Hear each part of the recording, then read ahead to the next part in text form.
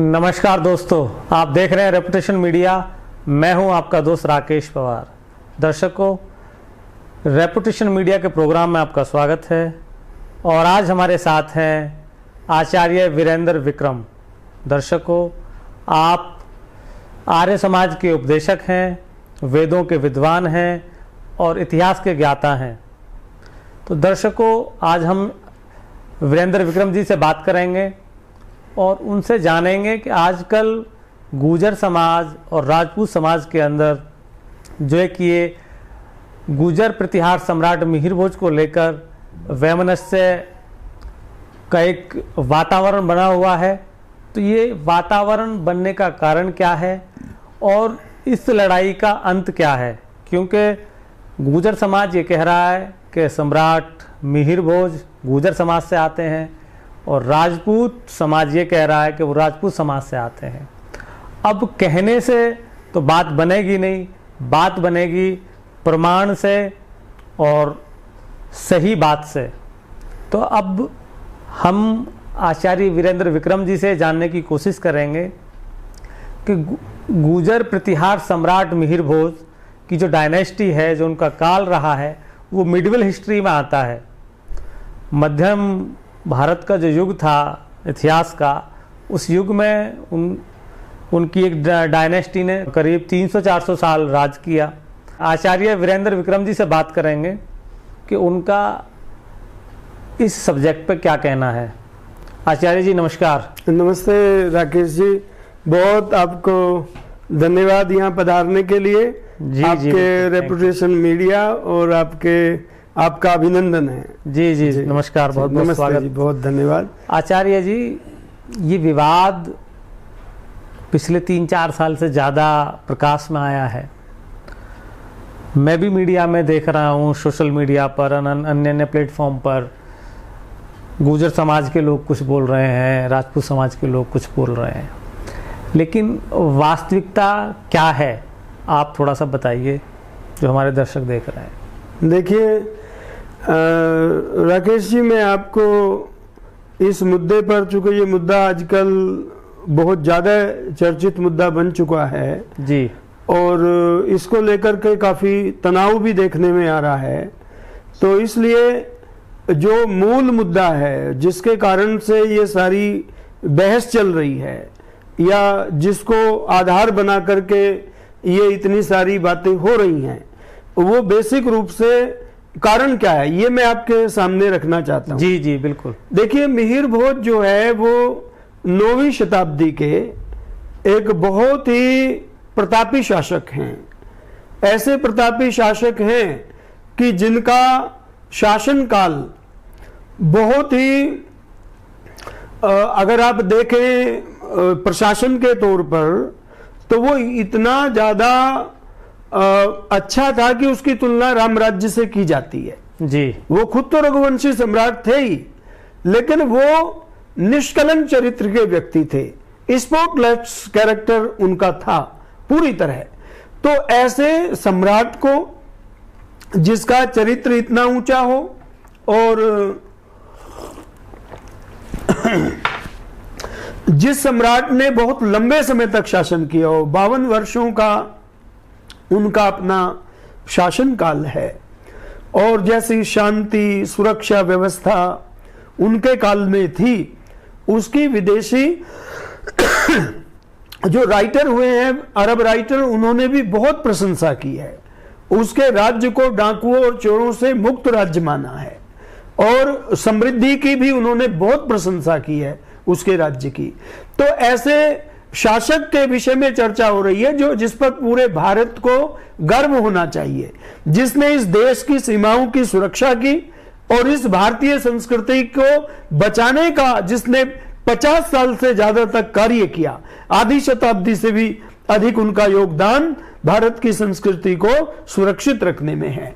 तो मैं ऐसे रूलर के विषय में, ऐसे अद्वितीय जो शासक हैं, मिहिर भोज की तुलना इतिहास में आप किसी भी सम्राट से कीजिए, वो गुणों की दृष्टि से और उपलब्धियों की दृष्टि से किसी भी सम्राट से कम नहीं है। लेकिन दुर्भाग्य है, ऐसे यशस्वी और प्रतापी शासक को लेकर भी जो आज दुर्भावना के साथ उनकी पहचान को मिटाने की कोशिश हो रही है। देखिए, वो गुर्जर प्रतिहार डायनेस्टी के सम्राट हैं। अगर उनके नाम के साथ गुर्जर प्रतिहार सम्राट लिखा जाता है तो ये न्याय संगत है, क्योंकि ये उनकी डायनेस्टी है। आप देखिए, चंद्रगुप्त मौर्य के साथ हम मौर्य शब्द लगाते हैं, किसी को आपत्ति नहीं होती, जबकि मौर्य एक जाति भी है। इसी प्रकार से हम गुप्त शासकों के साथ स्कंदगुप्त और समुद्रगुप्त जब नाम लेते हैं तो उनके नाम के साथ गुप्त लगता है, वहां भी किसी को आपत्ति नहीं होती, क्योंकि वो डायनेस्टी का नाम है। आचार्य जी, मैं बीच में रुकूंगा। मैं अभी कई दिन से डिबेट इस पर देख रहा था, तो डिबेट पर मैक्सिमम लोग जो आ रहे थे वो ये बोल रहे थे कि भाई सम्राट और ऐसी महान शख्सियत तो पूरे सब समाज की होती हैं, वो किसी एक विशेष जाति की नहीं होती। ठीक है, सभी समाज का उन पर अधिकार होता है, सभी समाज को फक्र होता है, लेकिन हम ये पूछना चाहते हैं कि जैसे सुभाष चंद्र बोस हैं, सरदार भगत सिंह हैं, चंद्रशेखर आज़ाद हैं। चंद्रशेखर आज़ाद पंडित थे, तिवारी उनका गोत्र था, भगत सिंह जाट थे, सुभाष चंद्र बोस जी अपना बंगाल के रहने वाले थे। तो उनकी सारी चीज़ें क्लियर हैं, उनको सब लोग मान रहे हैं, कोई दिक्कत नहीं है। सम्राट मिहिर भोज को लेकर जो ये विवाद है कि राजपूत थे या गुर्जर थे, इसमें मैक्सिमम जो लोग बोल रहे हैं कि भाई ये तो सभी समाज के होते हैं। भाई ये जवाब सही सभी समाज का होना जवाब नहीं है। जवाब ये है कि वो किस कुल में पैदा हुए और किस कुल के लोगों का उनको लेकर सिंपैथी है, और किस कुल के बारे में, जो उनका कुल है उस कुल के बारे में प्रॉपर बात होनी चाहिए। अब मेन बात पर कोई आता नहीं है, बात भूल भूल कर लोग जवाब देते हैं। भाई जो जिस समाज में वो पैदा हुए हैं, लड़ाई उसी बात की है ना, तो वो क्लियर कैसे हो? देखिए पवार साहब, इसमें मेन बात क्या है कि जो इस समय विवाद है वो इसी बात पर है। जैसे आपने भगत सिंह का कहा कि सबको क्लियर है कि वो जाट समाज से थे और ये पता चलने से कोई भगत सिंह का महत्व कम नहीं हो जाता। बिल्कुल नहीं है। चंद्रशेखर आजाद जो है वो ब्राह्मण थे, ये पता चलने से उनका महत्व कम नहीं हो जाता। महर्षि दयानंद जैसे बड़े सुधारक ब्राह्मण थे जी, ये पता चलने से उनका महत्व कम नहीं हो जाता। बिल्कुल बिल्कुल। व्यक्ति का जो ऐतिहासिक विभूति होती है उनका अपना महत्व होता है, उनका अपना व्यक्तित्व होता है। वो किसी जाति और बिरादरी के आधार पर उस ऊंचाई को और बुलंदी को प्राप्त नहीं करती, वो अपने गुणों और प्रतिभा के आधार पर आगे बढ़ती हैं। इसलिए पर इतिहास का धर्म क्या है? जब इतिहास लिखा जाता है तो उसमें इस सच्चाई का उल्लेख होना चाहिए कि वो किस वंश में, किस वर्ग में, किस प्रांत में, कहां पर वो पैदा हुए। इतिहास का मतलब तो ठीक ठीक से उनके जन्म से लेकर के मृत्यु पर्यंत पूरे वृतांत का लिखा जाना है जी। आप उसके जन्म के वृतांत को कैसे छिपा सकते हैं? व्यक्ति की जो पृष्ठभूमि है वो उसके जन्म के वृतांत से पता चलती है। अब वो गुर्जर प्रतिहार डायनेस्टी में पैदा हुए और गुर्जर प्रतिहार जो हैं उनको सारे जो महत्वपूर्ण जो इतिहासकार हुए हैं भारत के, उन्होंने गुर्जर ही माना है कि वो गुर्जर हैं। और क्यों माना है उनको गुर्जर? चूंकि उसके पीछे बड़े जबरदस्त महत्वपूर्ण ठोस सबूत हैं। और वो सबूत क्या हैं? देखिए, दो तो प्रतिहार राजाओं के ही शिलालेख हैं जिनमें उनको गुर्जर लिखा हुआ है। राजौरगढ़ के शिलालेख में सीधे उनको गुर्जर प्रतिहार कहा गया है। राजौरगढ़ का शिलालेख उसी समय का है जब वो प्रतिहार रूल कर रहे थे, उन्हीं के समय का है। 960 ईस्वी का है वो शिलालेख। और राजौरगढ़ का भी जो राजौरगढ़ के अतिरिक्त कदवा का एक शिलालेख है। कदवा के शिलालेख की चर्चा नहीं होती। क्यों नहीं होती? क्योंकि जब बीएन पुरी ने इस पर पीएचडी की, वो उस समय उपलब्ध नहीं था। उन्होंने पीएचडी की 1857 में, और यह शिलालेख मिला है 1963 में, यानी कि उनकी पीएचडी करने के 5 साल बाद यह शिलालेख मिला है। और इस शिलालेख में स्पष्ट रूप से उसके लिए कहा नृप चक्रवर्ती के जो हरि राजा है वो चक्रवर्ती नृप है। तो हिस्टोरियनों ने जो एपिग्राफी ऑफ इंडिया में स्पष्ट रूप से अंकित किया है, कहा है कि ये जो टर्म चक्रवर्ती जो टर्म है वो कन्नौज के प्रतिहारों की टर्म है, मतलब इंपीरियल पावर को जो दिखाती है, तो कन्नौज के प्रतिहारों की इंपीरियल पावर थी। तो ये राजा हरिराजा जो है कन्नौज, हरिराज प्रतिहार जो है कन्नौज के प्रतिहारों की शाखा है जी। तो यहां हरिराजा के लिए स्पष्ट रूप से क्या लिखा है, इसमें आप देख लीजिए, ये कदवा का शिलालेख है जो यहां पर रखा हुआ है, और इस कदवा के शिलालेख में जो ये पंक्तियां दी हुई है, इनमें स्पष्ट रूप से 19वीं पंक्ति में लिखा, नृप चक्रवर्ती तद दर्शनाय स ययौ हरिराज नामा, और आगे लिखा है प्रसूति गोत्तम प्रतिहार महेश्वराणाम, यानी कि उसका जो गोत्र है, वो गोत्र जो है वो प्रतिहार है। और आगे लिखा गर्जद गुर्जर मेघचंड, और वो जो गुर्जर है मतलब उसको गुर्जर के नाम से यहां विभूषित किया गया कि वो मेघ के समान गरजने वाला गुर्जर है, जो प्रचंडता से गर्जन करता है, ये उसके पराक्रम का प्रतीक है। तो ये कदवा का शिलालेख जो है राजौर के शिलालेख की तरह दूसरा शिलालेख है जो प्रतिहारों का ही है और उनके गुर्जर ओरिजिन की पुष्टि करता है। महिपाल मकराना जो राजस्थान के हैं, करणी सेना के अध्यक्ष हैं, वो बोल रहे हैं कि जो गुर्जर प्रतिहार तो हैं, गुर्जर प्रतिहार उनकी डायनेस्टी है, लेकिन ये वो गुर्जर नहीं है। अच्छा, ये उनका कहना है, तो इस पे आपका क्या कहना है? इसका मैं ये कहना चाहता हूं राकेश जी कि जो वो ये बात कह रहे हैं कि गुर्जर प्रतिहार तो हैं पर वो गुर्जर नहीं है जी, उनसे कोई ये पूछे कि आपको कितनी जानकारी है इनके विषय में। जो ये पीएचडी हुई है, जो इस पर शोध हुआ है ऑक्सफोर्ड यूनिवर्सिटी में, और ये शोध कोई मामूली विद्वान का नहीं है, ये वो अंतरराष्ट्रीय ख्याति प्राप्त उद्भट विद्वान है इतिहास का, डॉक्टर बैजनाथ पुरी, जो यूनेस्को के द्वारा सम्मानित थे, यूनेस्को पुरस्कार जिनको प्राप्त हुआ था। बीएन पुरी ने शोध करके सारे प्रमाणों को जुटा करके दुनिया की इतनी बड़ी यूनिवर्सिटी में, ऑक्सफोर्ड यूनिवर्सिटी जो है विश्व की मानी हुई यूनिवर्सिटी है, वहां पर शोध करके इसमें स्पष्ट लिखा कि ये प्रतिहार राजपूत नहीं बल्कि गुर्जर थे। अब मकराना जैसे लोगों का क्या वजूद है डॉक्टर बीएन पुरी के सामने?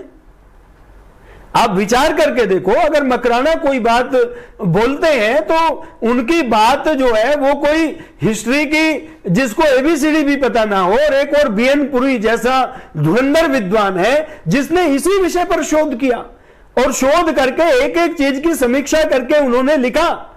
और इनसे भी पहले रमाकांत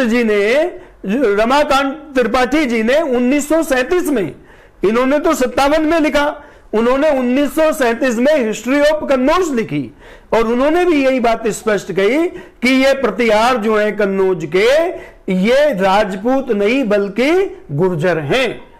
इसी प्रकार से एक दो विद्वान नहीं, डॉक्टर भंडारकर ने, मजूमदार ने, सबने इस बात को बड़ी स्पष्टता लिखा है। तो इसलिए मैं ये बात कहना चाहता हूं कि प्रतिहारों के विषय में राष्ट्रकूट भी उनको गुर्जर ही लिखते हैं। राष्ट्रकूट अपने शिलालेख में उनको गरजता हुआ गुर्जर बोलते हैं, गरजता हुआ गुर्जर, जो उनके शौर्य का परिचायक है।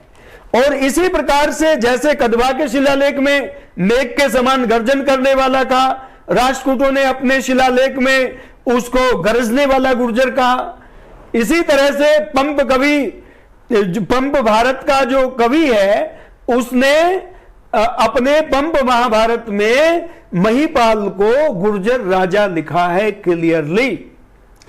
अब हम आपसे ये पूछना चाहते हैं कि राजपूत समाज के लोग जो ये विरोध कर रहे हैं, तो उन लोगों ने कोई आपके समक्ष कोई एविडेंस, कोई ऐसा पुख्ता सबूत रखा है कि जिसका वो विरोध कर रहे हैं? अब ये देखो, आज के जमाने में ये कितनी बड़ी आश्चर्य की बात है, ना तो उनके पास एक भी समकालीन कोई शिलालेख है, ना उनके पास कोई भी समकालीन किसी ग्रंथ का प्रमाण है, उनके पास कोई भी इस बात का प्रमाण नहीं है कि वो राजपूत थे।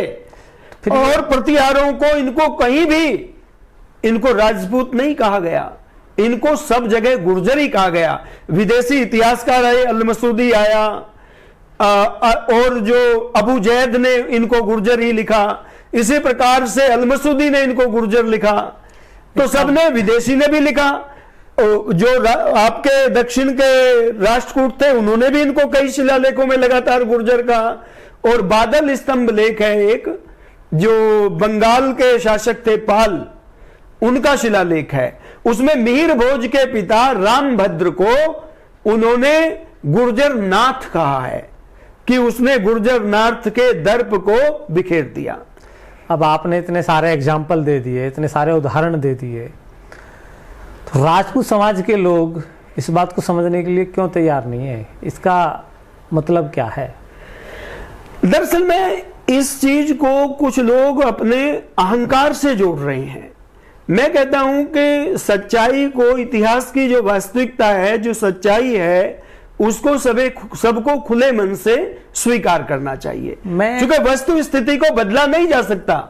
बिल्कुल, आप सही वो कह रहे अपनी हैं। जगह पर रहेगी। आप ये बताइए कि राजपूत अपने आप को क्षत्रिय बोलते हैं, राजपूत समाज के लोग अपने आप को दूसरे लोगों से स्पेशल मानते हैं, तो राजपूत और क्षत्रिय ये जो दो शब्द हैं, इन दोनों शब्दों पर आपका क्या कहना है?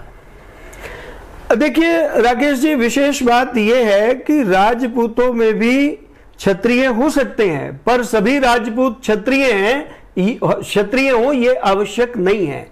क्षत्रिय केवल राजपूत ही है ऐसी बात भी नहीं है। क्षत्रिय दूसरे जातियों में भी लोग हैं, क्योंकि क्षत्रिय जो है वो जाति नहीं है, क्षत्रिय जो है वो वर्ण है। वर्ण है, बिल्कुल। और राजपूत एक जाति है जो वंश परंपरा से वैसी चल रही, जैसे जाट है, गुर्जर है, यादव है, बिल्कुल उसी तरह की जाति जो है वो राजपूत भी है।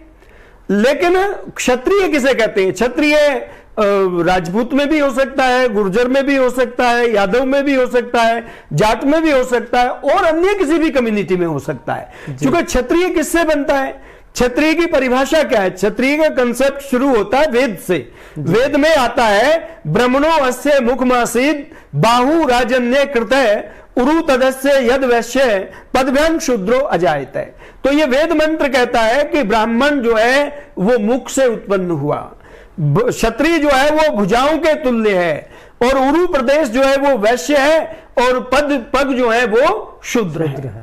तो ये एक समाज का श्रम के आधार पर, कार्यों के आधार पर एक विभाजन था, कार्य विभाजन के आधार पर ये जिम्मेदारियां समाज में बांटी गई थी। लेकिन ये जन्म से नहीं था, कर्म से था। ये कर्म से था। शास्त्र क्या कहते हैं? जन्म ना जायते शूद्र, जन्म से तो सभी शूद्र हैं। संस्कारात् द्विजुच्यते, संस्कार से व्यक्ति द्विज बनता है, महान बनता है। डॉक्टर के घर में या इंजीनियर के घर में पैदा होने से कोई डॉक्टर या इंजीनियर नहीं बन सकता। उसके लिए विधिवत उसको वो योग्यता संपादित करनी पड़ती है, वो पुरुषार्थ करना पड़ता है, वो विद्या पूरी तरह सीख के उसका एक्सपर्ट बनना पड़ता है। उसी तरह से क्षत्रिय जो है एक विशेष योग्यता है, और वो योग्यता जन्मजात किसी को भी प्राप्त नहीं होती। और इसमें एक बात और कहना चाहता हूं क्षत्रिय के विषय में। क्षत्रिय का मतलब केवल शस्त्र चलाने वाला नहीं होता। अगर ये भ्रांति किसी के मस्तिष्क में हो, देखिए कार्य वहां गीता में भगवान कृष्ण स्पष्ट रूप से कहते हैं, चातुर्य वर्ण मया सृष्टा गुण कर्म विभाग से। चारों वर्ण जो उत्पन्न हुए वो गुण कर्म और स्वभाव के आधार पर रचे गए। यानी कि जैसा गुण हो, जैसा कर्म हो और जैसा स्वभाव हो, उस तरह का व्यक्ति उस तरह के वर्ण में माना जाएगा। विद्या आदि का व्यक्ति कुशल प्रणेता है, जी वो थोड़ा तो ब्राह्मण हो गया। बिल्कुल बिल्कुल। तो इसी तरह से जिसमें छात्र गुण है, लेकिन क्षत्रिय गुण, मैं क्षत्रिय के विषय में कहना चाहता हूं, क्षत्रिय वो है जिसमें शूरवीरता तो हो, शूरवीरता होना तो आवश्यक है, पर शूरवीरता के साथ जिसमें सत्यता, न्याय, धर्मात्मता, परोपकार, ये पवित्र गुण होते हैं। शूरवीरता तो राक्षस में भी होती है, असुरों में भी होती है, डकैतों में भी होती है, वो भी जान पर खेल करके बहादुरी से काम करते हैं। क्या उन्हें आप क्षत्रिय कहोगे?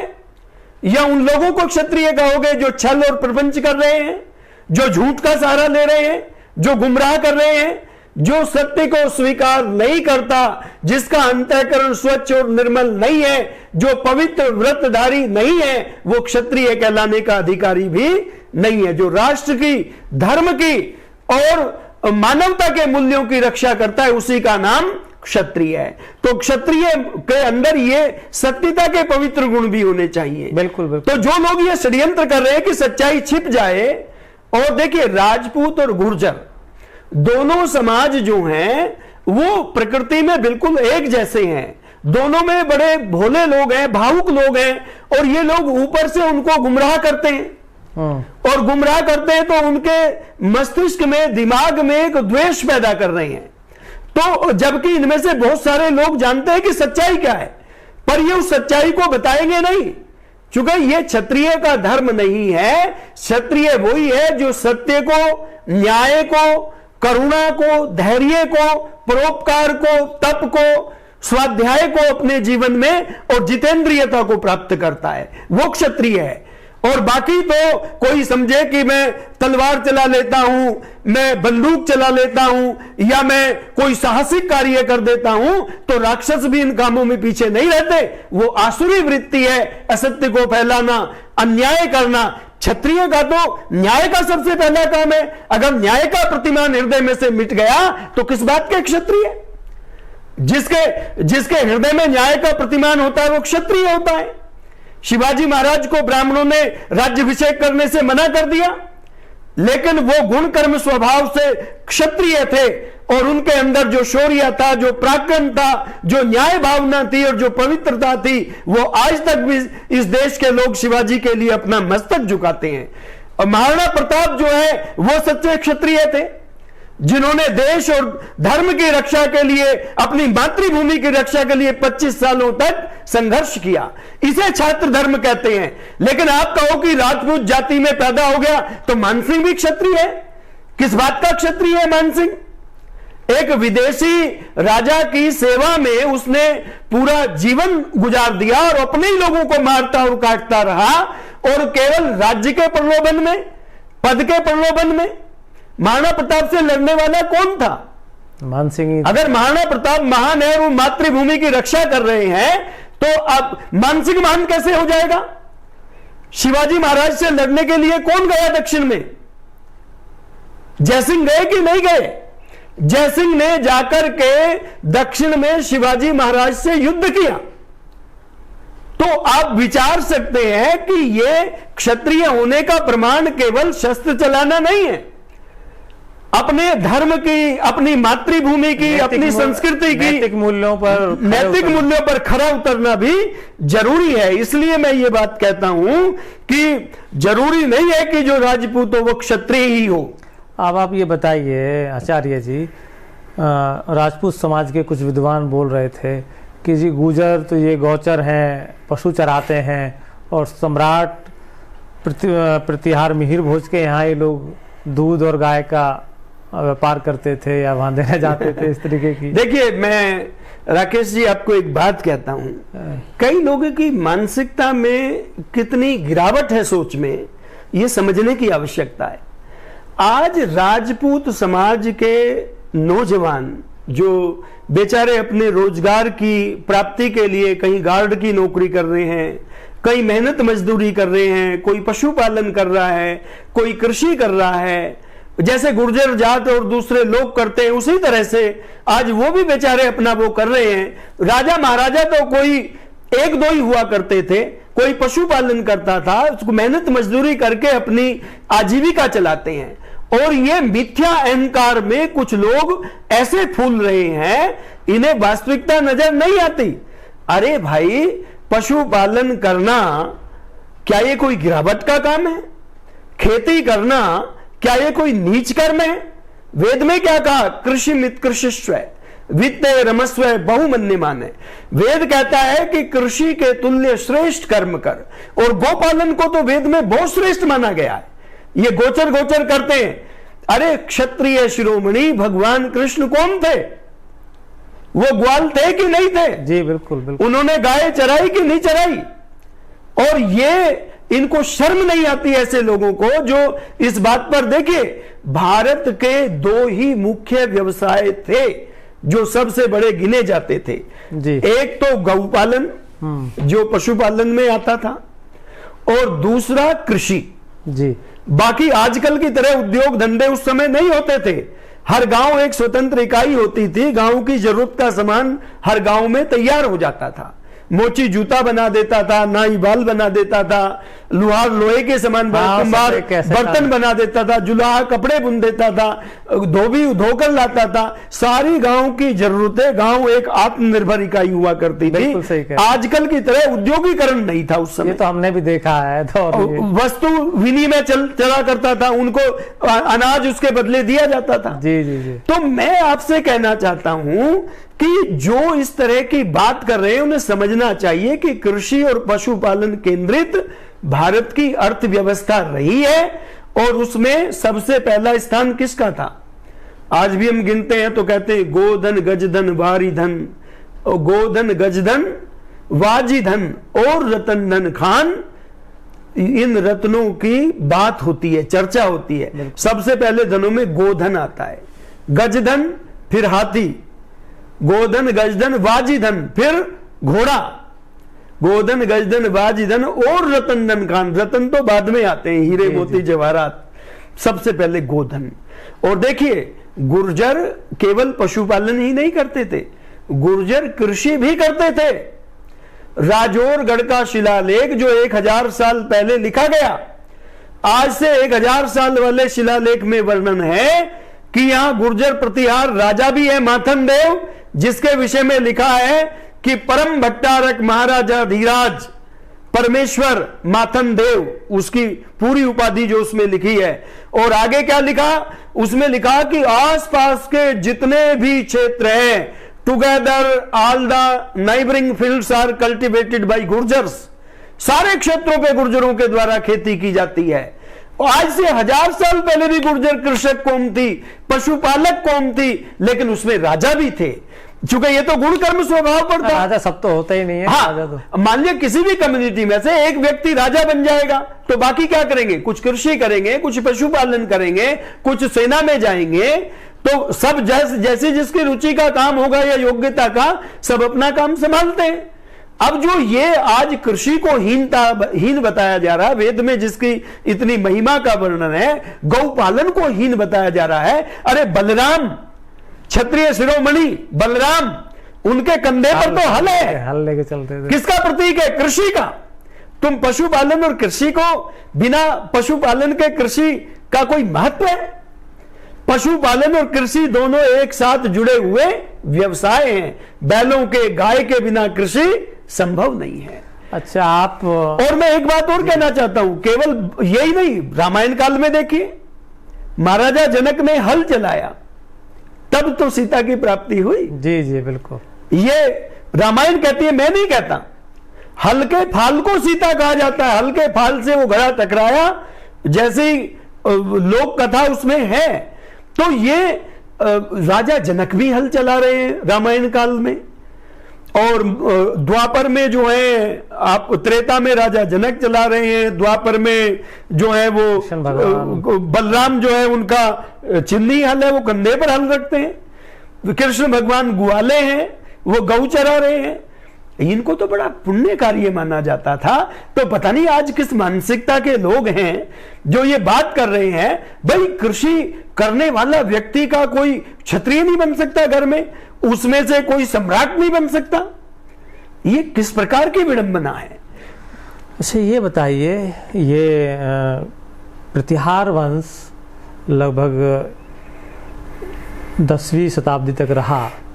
उसके बाद पृथ्वीराज चौहान का दौर आता है 1100-1200 ईस्वी के आसपास। पृथ्वीराज चौहान को भी गुर्जर लोग बता रहे हैं। वो लोग कह रहे हैं महिपाल मकराना के मैं 34वीं उनकी पीढ़ी से हूँ, तो पृथ्वीराज चौहान गुर्जर कैसे हो सकते हैं? तो इस पे क्या कहना है आपका? मतलब महिपाल मकराना जी अगर 34वीं पीढ़ी में हो गए तो हजारों साल से जो चौहान डायनेस्टी चल रही है उसमें अकेला राजकुमार पर महिपाल मकराना ही है। अरे किस भ्रांति में ये लोग जी रहे हैं। चौहानों की आज संख्या कितने लाखों में है, आज उन चौहान सम्राटों के कितने सारे वंशज हैं। हरिराज चौहान के एक बड़े बेटे के ही 84 गांव हैं, जो गुर्जर चौहानों के गांव हैं यहाँ कलशान खाप के जी। और जो उनके दूसरे बेटे थे दीपराज, उनके दापे हैं। और एक थे उनके दीपराज और देवराज, देवराज के देवड़े हैं, देवड़े को भी बहुत गांव हैं, दापों के भी बहुत सारे गांव हैं। तो एक एक शासक के एक एक बेटे के इतना विस्तार है।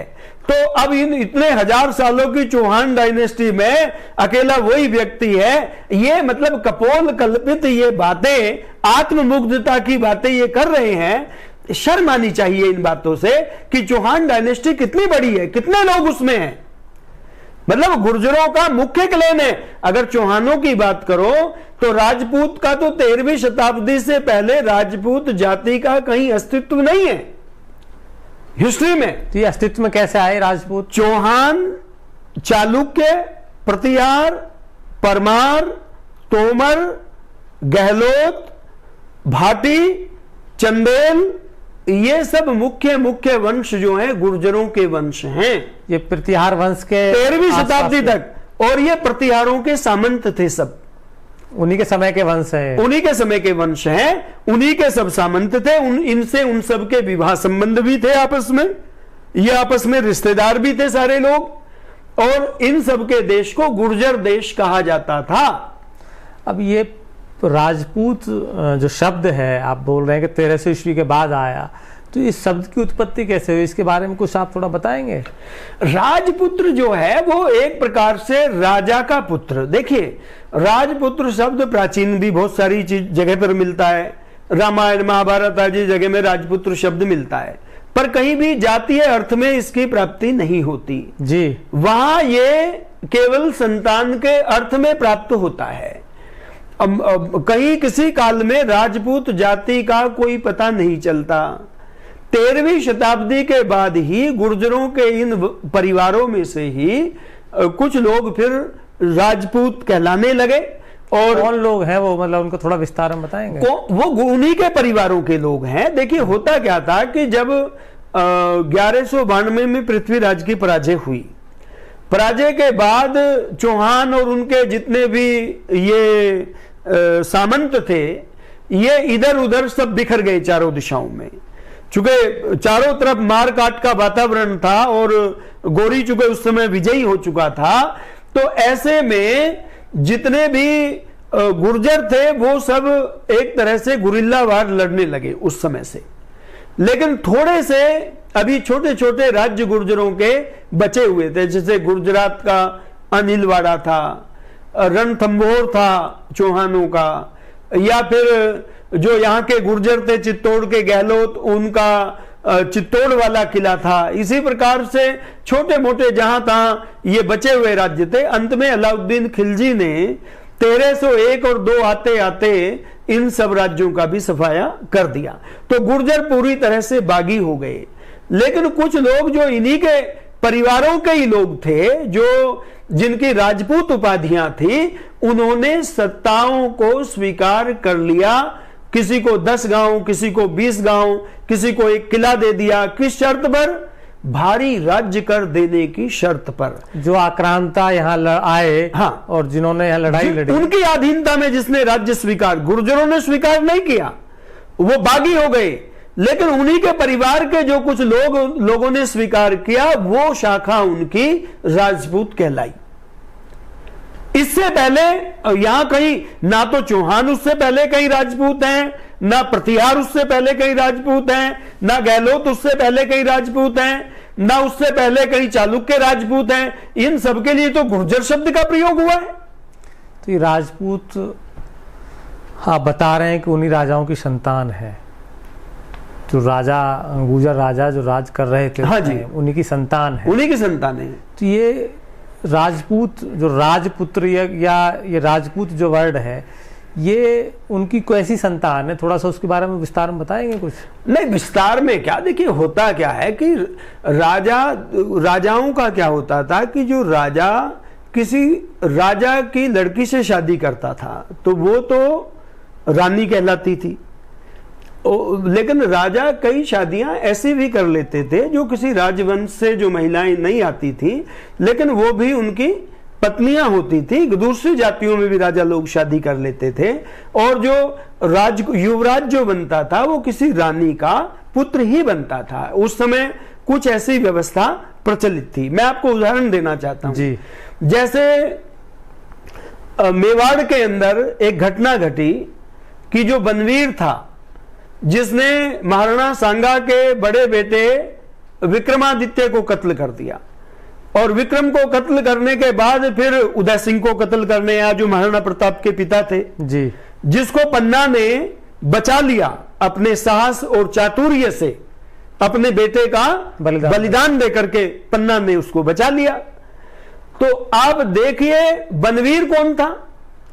दासी पुत्र। बनवीर भी तो राणा सांगा का ही पुत्र था, पर मेवाड़ के जितने भी सामंत थे, जो सहयोगी थे, उन्होंने उसको अपना समर्थन नहीं दिया। भय के कारण तो कुछ समय तक उसको राणा माने रखा, लेकिन बाद में उदय सिंह को, जब जैसे ही उदय सिंह 4 साल बाद बड़ा हुआ, तो उदय सिंह को अपना समर्थन दे करके चित्तौड़ पर दोबारा उसका हो गया, और वहां से वो पलायन कर गया, वहां से भाग गया। पुत्र तो वो भी राणा सांगा का ही था, पर उसे उत्तराधिकार का अधिकारी क्यों नहीं माना गया? चूंकि वो रानी का पुत्र नहीं था, वो किसका पुत्र था? दासी का पुत्र था। इसी तरह से आप देख लीजिए, महाभारत में देख लीजिए, महाभारत में विदुर जी भी, धृतराष्ट्र भी और पांडु भी, इन तीनों का पिता एक ही है। विदुर को दासी उनके कौन पिता थे? वेदव्यास जी पिता हैं इन तीनों के। जबकि धृतराष्ट्र जन्मांध थे, पांडु जो है पांडु रोग से पीड़ित थे, उनमें संतान उत्पन्न करने का सामर्थ्य भी नहीं था। पहले तो उसके अंधा होने के कारण धृतराष्ट्र के पांडु को महाराज बना दिया गया। पांडु की जब अकाल मृत्यु हो गई तो उसके बाद पुनः फिर जो जन्मांध था, फिर उसी को राजा बना दिया गया। लेकिन जो बहुत योग्य पुरुष था, विद्वान थे, चरित्रवान थे, सर्वगुण संपन्न जो व्यक्ति था, केवल दासी का पुत्र होने के कारण उसको राजा या सम्राट की गद्दी पर नहीं बैठाया गया। तो इस तरह की कुछ मानसिकता परंपरा चल पड़ी थी। चूंकि महर्षि दयानंद कहते हैं कि महाभारत से भी 1000 वर्ष पहले आर्यवर्त का पतन होना प्रारंभ हो गया था। बहुत सारी मर्यादाएं टूटने लगी थी, गुण कर्म स्वभाव जो है उनका सम्मान नहीं किया जाता था। मैं इस बात का समर्थक नहीं हूं कि भाई रानी के पुत्र को ही युवराज बनाया जाए। मेरा समर्थन यह है कि जो व्यक्ति पैदा हुआ वो रानी के पैदा हुआ या सामान्य वर्ग की किसी महिला के पैदा हुआ, अगर उसमें क्षत्रियोचित गुण हैं, अगर उसमें वो योग्यता है, वो चरित्र है कि वो राष्ट्र का पालन कर सकता है, कल्याण कर सकता है, तो उस योग्यता के आधार पर उसको राजा बनाया जाना चाहिए। विदुर को राजा बनाया जाना चाहिए था, पर यह परंपरा चूंकि चल रही थी, ये वैदिक काल की वर्ण व्यवस्था भंग हो चुकी थी और जातीय व्यवस्था इसमें प्रचलित हो गई थी। तो इस कारण से ये बाद में जो है ये व्यवस्था चलती रही। तो जिन लोगों को राज्य की प्राप्ति नहीं होती थी वो सब भी अपने आप को राजपुत्र ही कहते थे और राजाओं के पुत्र होते भी थे, इसमें कोई संदेह नहीं है। वो महिलाएं इसी आर्य रक्त की महिलाएं थी, वो महिलाएं इसी प्रकार से शीलवान और अच्छी महिलाएं थी, वो भी आदरणीय थी, उनको भी हम सबको मस्तक झुकाना चाहिए। उनकी संतानों में कोई कम योग्यता नहीं थी, पर यह अंध परंपरा थी कि उनको राज्याधिकार उस समय पर नहीं मिलता था। तो ये जो राज्याधिकार नहीं मिलता था तो वो संतानें भी सब अपने आप को राजपुत्र कहती थी कि हम राजा के पुत्र हैं। तो लेकिन ये विभाजन गुर्जरों के परिवारों का ही है, क्योंकि जितने राजपूत परमार हैं, प्रतिहार हैं, चालुक्य हैं, ये सोलंकी जो हैं, भाटी हैं, चंदेल हैं, तोमर हैं, ये सब के सब जो है गुर्जरों के क्लैन हैं, गुर्जरों के वंशों में से, परिवारों में से निकले हुए लोग हैं। तो ये सब आपस में भाई हैं, इन सब का आपस में भाईचारा है। मैं आपसे ये पूछना चाहता हूँ कि 1300 ईस्वी के बाद जो राजपूत वर्ड की आप बात कर रहे हैं कि यह आया, तो जो बाहरी आक्रांता उस समय से पहले रुके हुए थे, जो भारत के अंदर नहीं आ पा रहे थे, तो 1300 ईस्वी के आसपास वो आने स्टार्ट हो गए। और मैं मानता हूँ कि वो चाहे सिकंदर लोदी हो, आपका खिलजी हो, या आपका कुतुबुद्दीन ऐबक हो, शेरशाह सूरी हो, या मुग़ल हो, बहुत सारे जितने भी आक्रांता आए, वो वहाँ इस हिंदुस्तान के अंदर सब लोग राज करके गए। लेकिन राजपूत जो उस टाइम अस्तित्व में आए, वो कोई भी किसी आक्रांता को रोक क्यों नहीं पाया? देखिए, दो बातें थी राकेश जी। एक तो उस समय ये जो शासक सल्तनत काल यहाँ प्रारंभ हो चुका था। पृथ्वीराज के पराजय के बाद 1192 के बाद यहाँ सल्तनत काल प्रारंभ हो चुका था, और 1300 आते आते वो सल्तनत काल पूरे भारत में लागू हो गया था जी। जितने भी हिंदू रूलर थे जो उनके अंडर में शासन करते थे, वो उनके सामंत बन गए थे। समय समय पर कभी किसी ने सर उठा दिया, किसी ने बगावत कर दी, वो तो चलता रहता है। पर आधिपत्य जो है फिर मुसलमानों का आ गया था। सल्तनत काल चला जिसमें बहुत सारी डायनेस्टी आती रही। खिलजी ने इन सबको समाप्त किया। तो अगर आप देखें तो उस सल्तनत काल में भी गुर्जरों ने बड़ा भारी संघर्ष किया। पूरे सल्तनत काल में, तुगलक काल में तो गुर्जरों ने दिल्ली का घेरा डाल दिया पूरा, और यह हालत पैदा कर दी कि दिन छिपते ही भय के, गुर्जरों के भय से दिल्ली के दरवाजे बंद हो जाते थे। फरिश्ता लिखता है, कासिम फरिश्ता ने इस बात का वर्णन किया, और वो कहता है कि दिल्ली से अटक जाने वाला मार्ग बिल्कुल बंद था, गुर्जर उस पर किसी को चलने नहीं देते थे। और सुल्तान ने यह ऐलान कर रखा था कि जहां कहीं भी कोई गुर्जर दिखे उसे मार डाला जाए। आज जो एक कहावत है ना, उसने ये इनाम घोषित किया कि जिंदा या मुर्दा कोई भी लेकर आएगा तो मैं उसको इनाम दूंगा। आप जानते हो बहुत सारा संघर्ष उस समय इसके सैनिकों ने किया। गुर्जरों ने उस समय तुगलक काल में बहुत संघर्ष किए, और वो उनको पकड़ने में पहाड़ियों से समर्थ नहीं हो सके, क्योंकि गुर्जर लोग पहाड़ी में अभ्यस्त थे उस समय रहने के। और परिणाम क्या हुआ?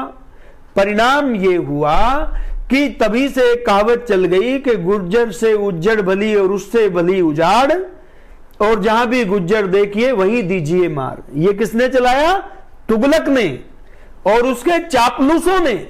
क्योंकि गुर्जरों ने हमेशा मातृभूमि के लिए अपने प्राणों का उत्सर्ग किया, बलिदान किया, और इन विदेशी आक्रांताओं को आराम से सत्ताओं में नहीं बैठने दिया। इन पर हमेशा वो हमले करते रहे। और उस समय दिल्ली में एक संत थे, उनका नाम था निजामुद्दीन औलिया। तो दिल्ली के उस संत ने कहा था, ये उसकी प्रसिद्ध कहावत है, जब ये हमले कर रहे थे कि दिल्ली में रहेंगे गुज्जर वरना रहेगी उज्जड़। मतलब दिल्ली में अगर या तो गुर्जर इसको आबाद करेंगे, नहीं तो ये दिल्ली उजड़ी रहेगी। और आज आप देख लो, ये जितने आक्रांत आए आज सब चले गए। आज जो दिल्ली है वो गुर्जरों की लैंड पर ही बसी हुई है। 24 गांव तो ये डेढ़े गुर्जरों के हैं, नोएडा से लेकर के और उधर पूरे यमुना के खादर तक आगे तक पूरी पूर्वी दिल्ली जो बसी हुई है। और देख लीजिए आप, 12 गांव जो है ये तोमर वंश के हैं महरौली क्षेत्र में पूरे के पूरे। ये विधुड़ियों के गांव हैं। यहाँ कितने गांव हैं, ये भी जहां भी यहाँ भी आप बैठे हैं, ये जमरूदपुर है, ये गढ़ी है, ये खानपुर है, और ये पूरा इलाका इस तरह चला गया। पिलंजी है, और ये आगे तक सारे गांव इस तरह से चले गए। मैं आचार्य जी ये पूछना चाह रहा हूँ कि गुर्जरों का जो अस्तित्व है वो मेन मुख्य जो राजनीति थी या मुख्य जो राज व्यवस्था थी उससे अलग हो गए वो लोग। और राजपूत जो है वो चाहे मुगलों के साथ, चाहे वो खिलजियों के साथ, या जो भी वहाँ बाहरी आक्रांता थे उनके साथ, उनसे लड़ भी रहे थे, कुछ उनके साथ मिलके अपना राजपाट भी चला रहे थे। 1300 से लेके और 1950 तक, 1947 तक, क्योंकि मुगलों के बाद फिर अंग्रेज आ गए थे। 1300 से लेकर 1950 तक का ये सफ़र माने तो कितना हो गया? लगभग 650 साल हो गए, जिसमें से 200 साल लगभग अंग्रेजों के रहे और बाकी के उनके। 650 साल में कोई भी आक्रांता रुक क्यों नहीं पाया? जो भी राजपूताना के लोग हैं या जो राजपूत हैं, जो राजा हैं, वो राजा बाहर के आक्रांताओं को रोक क्यों नहीं पाए? देखिए राकेश जी, आपने ये बहुत अच्छा प्रश्न पूछा। मैं आपको एक चीज बताऊं कि इस समय, इस काल में छिटपुट बगावतें तो हुई और इन कालों में गुर्जरों ने भी पूरा प्रतिरोध किया, लेकिन ज्यादातर के उस काल के जो शासक थे, अधिकांश 90% शासक जो है इन मुस्लिमों के ही जागीरदार थे, जो इन्हीं के अंडर में शासन कर रहे थे और जिन्होंने इन्हीं की अधीनता में, इन्हीं को टैक्स देते थे, इन्हीं की अधीनता में, इन्हीं के शासन को बढ़ाने के लिए वो युद्ध भी लड़ते थे, उनके प्रति अपनी वफादारी भी रखते थे। तो ये काल भारत के इतिहास की दृष्टि से बहुत पतन का काल है, शर्मनाक काल है। अगर ये सारे भारतीय जो राजा बिखरे हुए थे, अगर ये इकट्ठे हो जाते तो ये विदेशी शासन को उखाड़ करके फेंक देते, लेकिन ये इकट्ठे नहीं हुए और यही स्थिति जो है कमोबेश फिर ब्रिटिश काल में बनी रही। जो 565 रियासतों का जो जिक्र आता है, उसमें कहते हैं कि ये 565 रियासतें राजपूतों की विलय नहीं होती तो ये नहीं होता। इनके बारे में क्या कहना है आपका? देखिए, मैंने कहा ना, मुस्लिम काल में जो ये रजवाड़े थे, इनका जो रोल जनता के प्रति था, ये अधिक से अधिक टैक्स वसूल करके उनको दिया करते थे शासकों को। जनता इनके प्रति जो है, बहुत जनता के प्रति इनकी क्रूरता रहती थी, चूंकि इनकी मजबूरी होती थी कि ऊपर से इनको जो सुल्तान थे या जो मुगल थे वो कसते रहते थे। उनका पैसे को खींचना और फिर विलासता का जीवन जीना, उनका यही लक्ष्य था, अपने लिए बड़े बड़े महल और मकबरे बनवाना।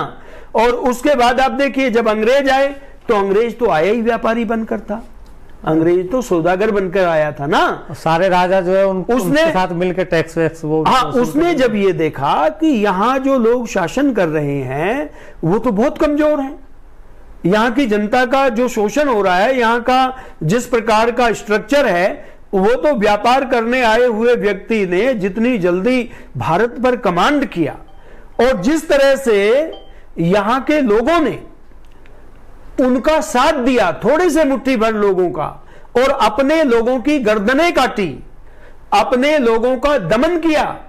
महर्षि दयानंद का वो काल जब 1857 की क्रांति हुई जी, आप देखिए, वो एक ऐसा काल था, उससे भी पहले जब अंग्रेजों ने देश पर कमांड लिया, वो ऐसा काल था कि जिस काल में भारतीयों को मारने पर जरा सी भी संवेदना अपने हृदय में महसूस नहीं करते थे। विदेशियों के संकेत पर उनकी नौकरी पाकर के अपने ही लोगों को, अपने ही देश के लोग मार रहे थे। उनके पास बाहर के सैनिक तो बहुत थोड़े से थे, सारी उन्होंने रेजिमेंट यहीं से बनाई, सारी भर्तियां उन्होंने यहीं के लोगों को की और यही अपने भाइयों को मारते थे, यही अपने भाइयों का दमन करते थे, कत्लेआम करते थे अंग्रेजों के इशारों पर चंद पैसों के लिए। तो इसलिए भारतीयों में, इतिहासकार लिखते हैं कि ब्रिटिश पीरियड में भारतीयों के लिए, भारतीयों के हृदय में कोई संवेदनाएं नहीं बची थी। ये बड़ा निष्ठुरता का काल था। किसानों पर इतना भारी टैक्स लाद दिया गया और उसका इंस्ट्रूमेंट कौन बने? तथाकथित देसी राजा। कि जनता जो है वो भूखी रह जाती थी, टैक्स की वसूली नहीं हो पाती थी और किसान गांव छोड़ करके भाग जाते थे कि इतना भारी टैक्स था, इतना भारी लगान हुआ करता था। मैं एक बीच में रोकना चाहूंगा थोड़ा सा। एक पत्र में विजय सिंह पथिक जी का पढ़ रहा था, भारत के महान स्वतंत्रता सेनानी रहे हैं जी, तो उनका एक पत्र उन्हीं का लिखा हुआ था। तो जब देश आज़ाद हो गया तो आज़ाद होने के बाद उन्होंने अपने एक मित्र थे, बाबू बनारसी दास उनका नाम था, तो उनके लिए एक लेटर लिखा। उस लेटर में वो लिख रहे थे कि भाई हम लोग जिन राजाओं के खिलाफ लड़ाई लड़ रहे थे, आज कांग्रेस उन्हीं राजाओं को टिकट दे रही है, उन्हीं को चुनाव लड़ रही है, उन्हीं को चुनाव लड़ा रही है।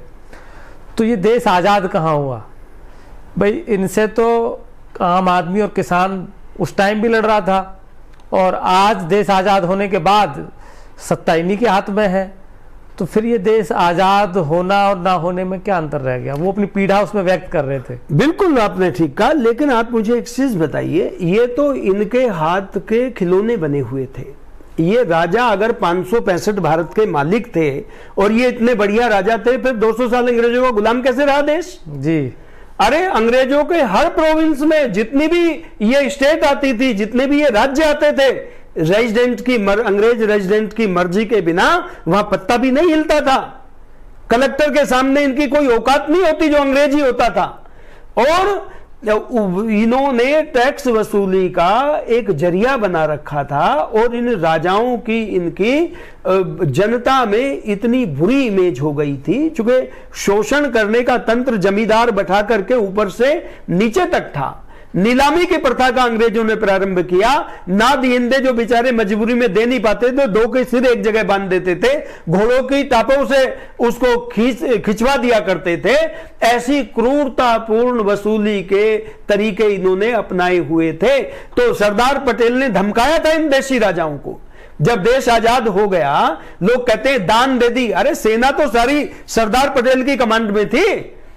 भारत की जितनी सेना थी, अंग्रेजों के कमांड में सेना थी, इसीलिए तो रजवाड़े सारे पानी भरते थे, पगड़ी बांध करके उनके यहां सलामी ठोकने के लिए खड़े रहते थे। इनका अगर ये राजा ही होते वास्तव में, तो 565 राजा होते तो देश में फिर गुलामी किस बात की थी? सोच के देखो, ये बड़ा शर्म से भरा हुआ युग था। विजय सिंह पथिक ने तो आंदोलन किया, वो जेलों में जाते रहे, किसानों की इन शोषण के खिलाफ उन्होंने आवाज उठाई। गांधी जी ने सरदार पटेल को विजय सिंह पथिक के पास भेजा था कि जाओ विजय सिंह के पथिक के पास जाओ, वो आदमी सच्चा काम कर रहा है और उससे पता करो इन चीजों का वस्तु स्थिति का। तो विजय सिंह पथिक तो इतने बड़े नायक थे। तो मैं आपसे कहना चाहता हूं कि उन्होंने जिस सिस्टम के खिलाफ लड़ाई लड़ी, कई राजाओं ने कहा कि नहीं हम तो पाकिस्तान चले जाएंगे, पाकिस्तान मिल जाएंगे, ये जोधपुर वगैरह के कई राजा चाहते थे। सरदार पटेल ने कहा जाना है तो खुद भाग जाओ, भारत की जनता है, भारत में रहेगी, और अगर ये जनता तुम्हारे खिलाफ हो गई तो फिर हमसे मत कहना, हम तुम्हारी सुरक्षा नहीं करेंगे। चूंकि जनता तो इनसे इतनी क्रुद्ध थी कि इनके प्राणों की रक्षा मुश्किल थी। सरदार पटेल ने कहा, कई राजाओं को यह बात कही और उन्होंने कहा, तो इन्होंने सबने, वो लोहे का आदमी था, लोह पुरुष था सरदार पटेल, सच्चा क्षत्रिय था, जिसने खंड खंड भारत को आज अखंड भारत बनाया।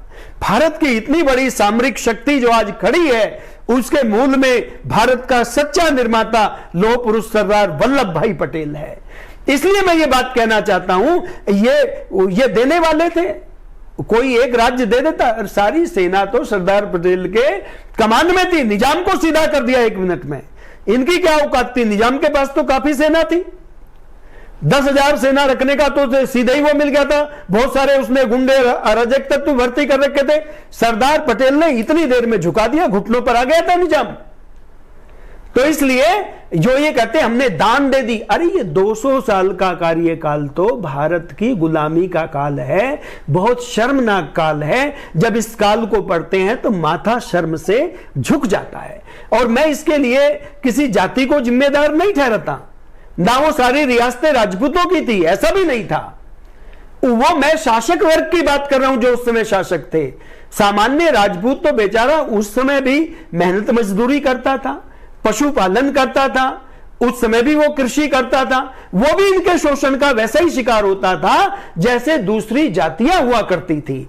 इसलिए सामान्य राजपूत की बात नहीं है, मैं इन रजवाड़ों की बात कर रहा हूं। जैसे महाराणा प्रताप के समय में भी अकेले महाराणा प्रताप लड़ रहे थे ना, उनका सगा भाई शक्ति सिंह भी अकबर की तरफ से लड़ रहा था। सारे राजस्थान के रजवाड़े सब मान सिंह के साथ मिले हुए थे जो महाराणा से संघर्ष कर रहे थे। साथ किसने लिया? भीलों ने, गुर्जरों ने साथ दिया। अगर उन्होंने साथ ना दिया होता तो मेवाड़ के ये संग्राम के 25 साल की कहानी जो है ये लिखी नहीं जाती। ये स्वर्णिम इतिहास आज होता नहीं जो महाराणा प्रताप ने रचा है, जो महाराणा प्रताप के लिए सारे देश का मस्तक झुकता है। वो इसलिए झुकता है कि वो शौर्यवान सच्चे क्षत्रिय थे। अब आचार्य वीरेंद्र विक्रम जी, ये बताइए कि राजपूत समाज और गुर्जर समाज के बीच में जो है कि तनाव आ खड़ा हुआ है, ये कैसे खत्म हो और इसका सॉल्यूशन क्या है? तनाव खत्म करने का एक ही साधन है। राजपूत समाज में भी बहुत सारे संवेदनशील, बहुत संभ्रांत और बहुत अच्छे उन्नत स्वभाव के लोग हैं, बहुत सारे। चूंकि ये बहुत महान वंशों से निकला हुआ समाज है, गुर्जर समाज और राजपूत समाज में कोई भिन्नता नहीं है। तो कुछ लोग आगे आए, अभी थोड़े से चंद लोग हैं जो युवा पीढ़ी के दिमाग में भी, बाकी समाज में भी जहर घोल रहे हैं। कुछ एक दूसरे को नीचा दिखाने का जो काम कर रहे हैं, कुछ लोग जहर घोल रहे हैं।